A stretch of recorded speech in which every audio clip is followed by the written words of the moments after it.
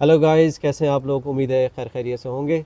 और आज आपके लिए जो है हम पहली पॉडकास्ट लेके आए और जिसमें हमारे एक फ्रेंड हैं जो कि यहाँ से पीएचडी कर रहे हैं वाईकाटो यूनिवर्सिटी से। ऑलमोस्ट उनकी फ़िनिश होने वाली है और आपको पता होगा कि उसके अंदर जो है वो थीसिस और ये सारी चीज़ें जो लास्ट फेज़ होता है पीएचडी का, तो उसमें से जो है वो हमने उनसे रिक्वेस्ट की है और उन्हें उसमें से टाइम निकाला है। और आज हम उनसे बात करेंगे कि उनका कैसा जर्नी रहा पीएचडी का और कौन कौन से प्रोसेस से वो गुज़रे, और जो कि हमारे जो व्यूअर्स हैं, जो न्यू कमर्स हैं, उनके लिए कैसे जो है वो हेल्पफुल हो सकती हैं उनकी गाइडेंस और उनके एक्सपीरियंसेस। तो चलें विदाउट फर्दर अडू हम स्टार्ट करते हैं उनके साथ डिस्कशन। तो आज हमारे साथ हैं महराज भाई। अस्सलाम वालेकुम महराज भाई, क्या हाल है आपके? ठीक जी ठाक है। वालेकुम अस्सलाम शेख भाई, कैसे बहुत हैं आप? शुक्रिया आपका टाइम निकालने का। और जैसे कि मैंने बताया कि मेरे ज़्यादातर व्यूवर्स जो हैं वो इंडिया और पाकिस्तान के हैं, जी जी कुछ नेपाल के भी हैं और ज़्यादातर जो स्टूडेंट्स हैं। और मुझे बहुत सारे क्वेश्चंस आते हैं पीएचडी के हवाले से और डिफरेंट हम्म। मास्टर्स के हवाले से। और कॉमन क्वेश्चंस में उसमें यही होता है कि भाई एप्लीकेशन प्रोसेस कैसे स्टार्ट किया जाए, स्कॉलरशिप्स के बारे में होता है और कोर्स सिलेक्शन के बारे में होता है। जी जी। तो मेरी तो इसमें एक्सपर्टीज़ नहीं है, तो आप अपना कुछ शेयर करें एक्सपीरियंस कि आपने कैसे स्टार्ट किया, आपने क्यों न्यूजीलैंड जो है वो चूज़ किया कंट्री अपने पीएचडी के लिए। तो कुछ बताएं हमारे व्यूवर्स को। अच्छा, मेरा थोड़ा सा एक्सपीरियंस अगर मैं आपसे कहूँ कि न्यूजीलैंड ही क्यों सेलेक्ट किया हम्म। ये as a country for my PhD, तो उसके कई रीज़न्स हैं, लेकिन उसमें से एक जो मोस्ट इम्पॉर्टेंट रीज़न था वो आपकी जो एरिया ऑफ स्टडी है और जिस आप पर्टिकुलर टॉपिक को बेसिकली रिसर्च करना चाह रहे हैं हम्म। उसके अंदर कौन इंटरेस्टेड है आपकी। ठीक है। तो बिफोर कमिंग टू न्यूजीलैंड मेरे पास तीन ऑप्शंस थे। हम्म। एक ऑस्ट्रेलिया का, एक यूनिवर्सिटी ऑफ बेलफास्ट आयरलैंड का, और तीसरा यूनिवर्सिटी ऑफ वाईकाटो न्यूजीलैंड का। ठीक है। जो आखिर में मैंने स्ट्रीमलाइन किया तो मुझे दो फाइनल डेस्टिनेशन बन रही थी, या तो आयरलैंड या तो न्यूजीलैंड। ठीक है। लेकिन जो न्यूजीलैंड के सुपरवाइजर्स थे उनकी तरफ से बहुत ही कहना चाहिए कि इंथुजियास्टिक रिस्पांस था। अच्छा। दे वर क्वाइट कहना चाहिए कि willing to take me. Okay. तो जो कि आइलैंड के जो प्रोफेसर थे इनके साथ मेरी कोऑर्डिनेशन चल रही थी, हम्म। उनका भी काफ़ी अच्छा रिस्पांस था, लेकिन हम्म। उनका थोड़ा सा लग रहा था कि टाइम काफ़ी लग जाएगा एडमिशन प्रोसेस में, ठीक और है। यहाँ पे मुझे लग रहा था कि जल्दी हो जाएगा। हम्म। तो एक तो मेन रीज़न तो यही था। ऑब्वियसली उसके बाद मेरा क्योंकि एक्सपीरियंस रहा है पिछला बैकग्राउंड एजुकेशन का इंग्लैंड से, यूके से, ठीक है। तो मुझे थोड़ा डायनामिक्स भी पता थे वहाँ के। हम्म। ख़ास तौर पे इंग्लैंड के, स्कॉटलैंड के, मैं वहाँ पे रहा हूँ हम्म। 3 4 5 साल जो भी थे। ठीक है। तो उस टाइम पीरियड के अंदर मुझे थोड़ा सा, और यहाँ की जो वहाँ की अंडरस्टैंडिंग थी, मतलब जो वहाँ का लाइफ स्टाइल है, वहाँ के जो इश्यूज़ हैं, सही है। और जो बाकी जो जॉब मार्केट वगैरह तमाम, हम्म। तो वो तमाम फैक्टर्स से डिसाइड अच्छा। करने में। ठीक लेकिन है। मेन फैक्टर मैं अगर आपसे कहूँ तो वो सुपरवाइजर्स का जो मोस्ट उनका इंथुजियास्टिक अप्रोच थी मेरी तरफ, ठीक। और जो उनका इंटरेस्ट था और मेरा इंटरेस्ट उनके काम में था, तो ठीक। वो मेन रीज़न बना यहाँ पे आने का। अच्छा, एक सवाल इसमें से और मैं निकालता हूँ कि अच्छा, ये हम अभी तक बताने भूल गए, आप कौन से सब्जेक्ट में पीएचडी कर रहे हैं, ये ज़रा बताएं आप। हाँ, मेरा इस वक्त सब्जेक्ट तो नहीं कहना चाहिए, या बिकॉज के फील्ड। हाँ, मेरी जो टॉपिक है वो हम्म। है इस वक्त डिजिटल कॉम्पिटेंसीज। ठीक है। किसके अंदर? मैथमेटिक्स एजुकेशन के अंदर। यानी कि टेक्नोलॉजी को, डिफरेंट टूल्स जो हैं हम किस तरह से इंटीग्रेट करते हैं हम्म। पर्टिकुलर मैथमेटिक्स के जो कंटेंट है उसको टीच करने के लिए, either for teachers, for students, जो भी हैं। तो ये इसको हम बेसिकली ये लाइक करता है, फॉल करता है मैथमेटिक्स एजुकेशन के अंदर। और इसमें डिफरेंट टर्मिनोलॉजीज और different areas of studies involve हो जाते हैं। लाइक टेक्नोलॉजी की स्टडीज़ आ जाती हैं, प्लस मैथमेटिक्स तो है ही है, प्लस इसको कैसे टीच करना, तो एजुकेशन का पर्सपेक्टिव भी आता है। ओके। तो आप कह सकते हैं कि मल्टी डिसिप्लिनरी स्टडी है, ठीक है। लेकिन मेन फोकस आपका मैथ्स और उसकी एजुकेशन के ऊपर है। ऑलराइट। अच्छा, जैसे आपने बताया कि आपका पिछला एक्सपीरियंस था यूके के अंदर, तो अगर जैसे कि मेरे ज़्यादातर जो व्यूवर्स हैं, जो स्टूडेंट्स हैं, वो पाकिस्तान इंडिया से आना चाह रहे हैं, तो ये आपको एक उसने पॉजिटिव एज दिया कि चूँकि आपको वहाँ का एक्सपीरियंस था, बैकग्राउंड था, या जो पाकिस्तान से इंडिया से अप्लाई करेगा उसको भी सिमिलर लेवल ऑफ अपॉर्चुनिटी मिलेगी यहाँ पे एडमिशन के लिए? ये मेरा नहीं ख्याल है कि इससे कोई उनके एडमिशन प्रोसेस पे कोई इम्पैक्ट आएगा। अगर आपकी जो क्वालिफ़िकेशंस हैं वो रिकग्नाइज्ड हैं बाय द न्यूजीलैंड जो क्वालिफ़िकेशन एजेंसी है, तो मुझे लगता है कि doesn't have any impact on your admission. ठीक है। हाँ, बाद में आप किस तरह से यहाँ पे अपने आप को इंटीग्रेट करते हैं, अपने आप को एम्बैड करते हैं, वो प्रोसेस शायद क्विक और फास्ट हो सकता है। ठीक है। लेकिन मेरा नहीं ख्याल है कि एडमिशन पे कोई उसका इम्पैक्ट है। ऑलराइट। अच्छा, एक और अक्सर सवाल ये होता है कि स्टार्ट कहाँ से किया जाए, इसलिए कि आई थिंक पीएचडी का एडमिशन का प्रोसेस थोड़ा सा डिफरेंट है दूसरी क्वालिफ़िकेशन में, यानी कि बैचलर है या मास्टर है। आई थिंक इसमें सुपरवाइज़र को कांटेक्ट करना पड़ता है, फिर आपने शायद उसको अपनी कुछ रिसर्च, तो ये ज़रा ब्रीफली बताएं कि अगर कोई बिल्कुल बिगनर यानी मास्टर किया हुआ और वो स्टडी करना चाह रहे हैं तो स्टार्ट कहाँ से करे वो? देखिए, ये डिग्री बेसिकली हाँ रिसर्च डिग्री है।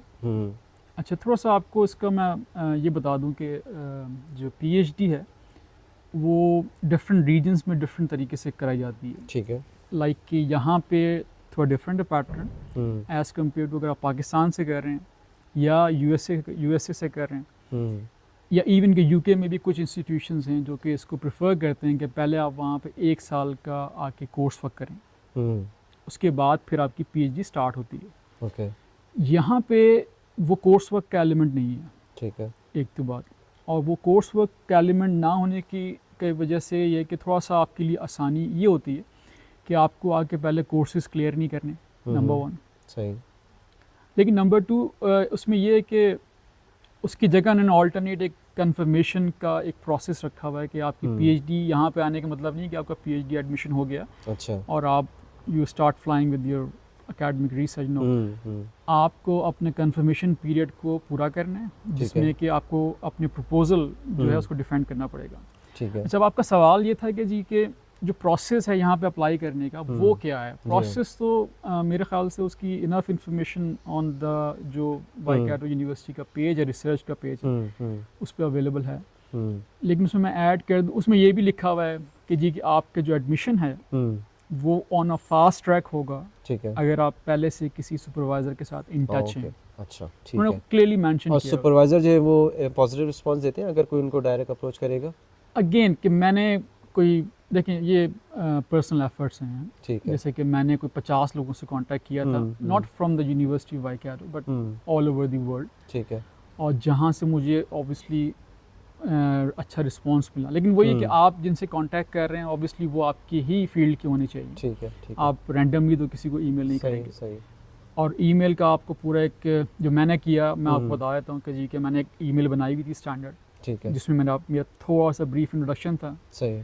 मेरी जो पिछली क्वालिफिकेशंस थी वो था, और जो मैं कर रहा था उस वक्त उसका, और प्लस जो मैं करना चाहता था उसके बारे में एक छोटी सी ईमेल थी। It's not like a three page email, nobody will gonna read it. आपको मेरे ख्याल से 3 पैराग्राफ की ईमेल बनाएं और उसमें कुछ बुलेट्स भी रखें अपनी। सही। और वो आप स्टैंडर्ड फिर लोगों को भेजना शुरू करें। लेकिन उन लोगों को पहले आपने आइडेंटिफाई करना है।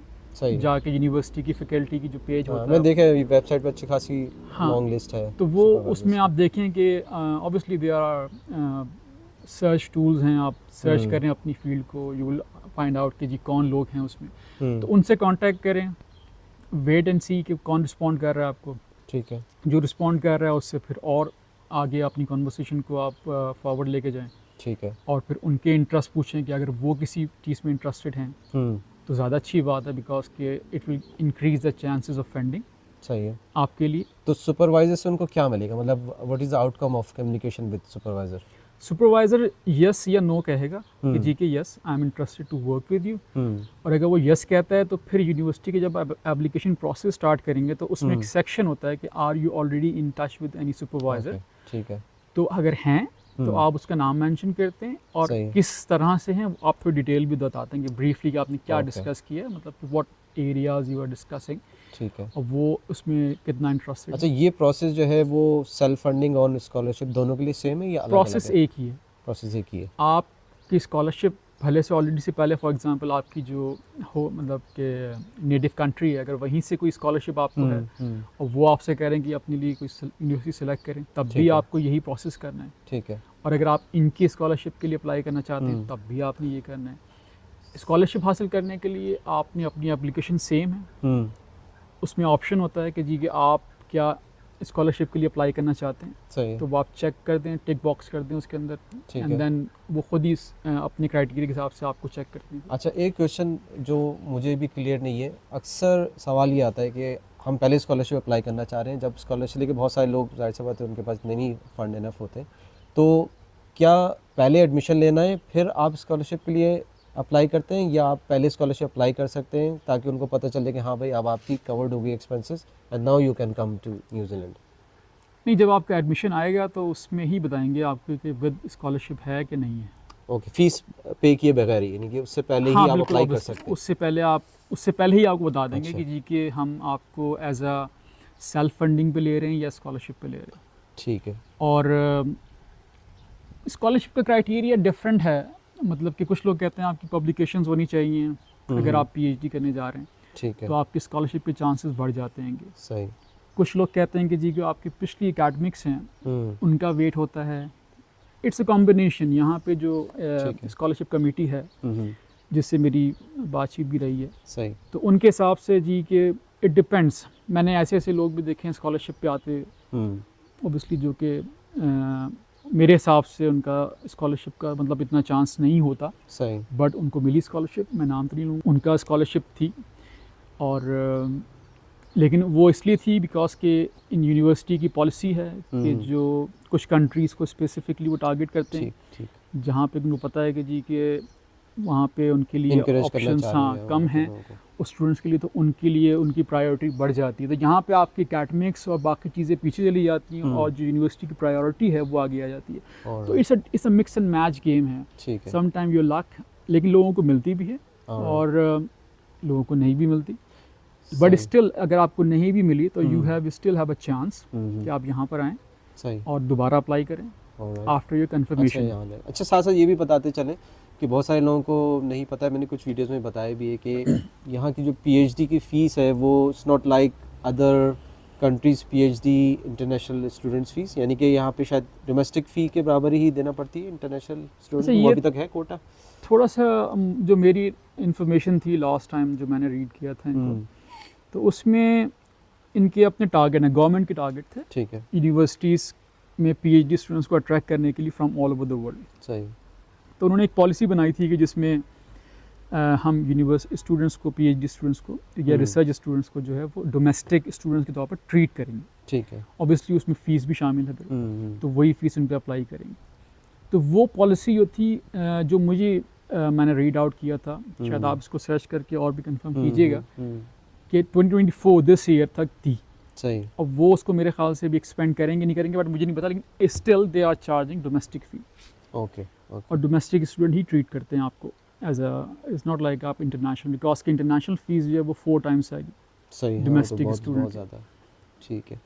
अच्छा, और दूसरा जो है वो अच्छा, एक साथ ये अक्सर क्वेश्चन भी करते हैं क्वालिफिकेशन असेसमेंट का, मे बी बहुत डायरेक्ट क्वेश्चन या आप नहीं दे सकें, थोड़ा सा गाइड कर देगा।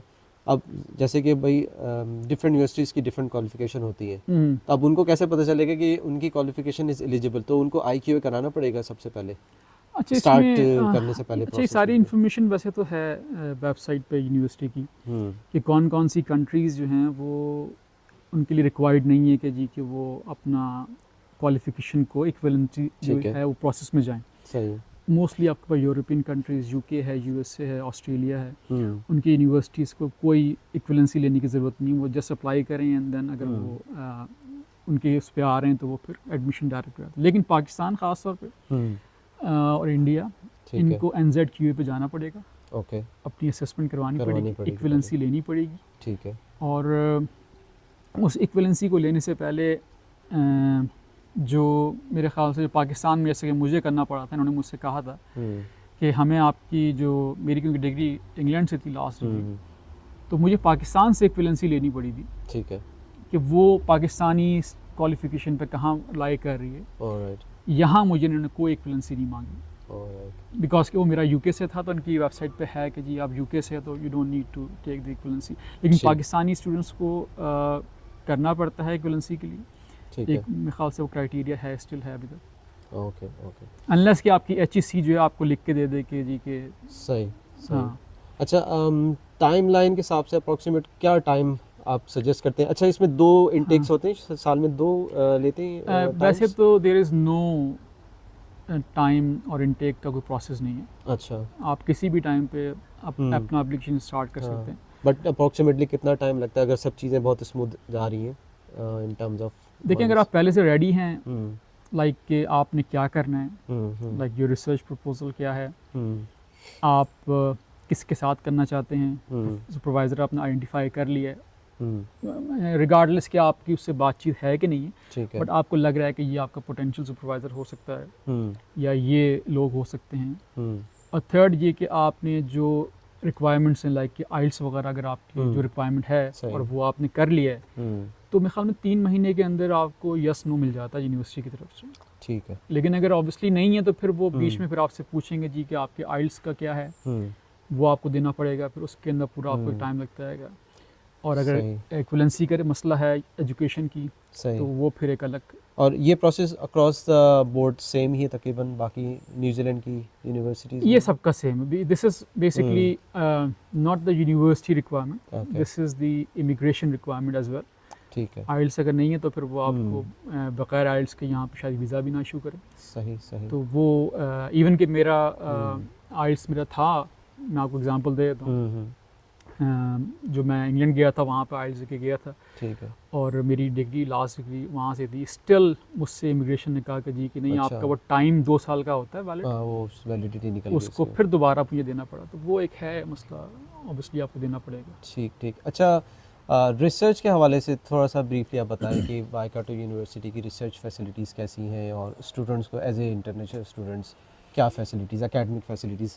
मुझे पता है कि बहुत बड़ा ये टॉपिक है, इसमें पूरी एक वीडियो निकल जाएगी, लेकिन हाँ। अगर हम 2-3 मिनट के अंदर इसको ये समराइज देखिए, करें। इसमें ऑनेस्टली स्पीकिंग अगर आप कहें कि जी स्टैंडर्ड वाइज, तो जो आपको चाहिए रिसर्च की फैसिलिटीज़ या रिसोर्सेज वो तो मिल जाती हैं आपको। ठीक लाइक है। कि लाइब्रेरी है अच्छा खासी बड़ा, आपके पास हर चीज़ ऑनलाइन है, आपको कोई भी चीज़ सर्च करनी मिल जाएगी आपको। ठीक है। लोग अच्छे हैं जो कि आपको गाइड भी कर देंगे। अगर कोई ठीक है। चीज़ आपको रिक्वायर्ड है तो आपको शायद उसके लिए अप्लाई करें, वो भी मिल जाएगी सही।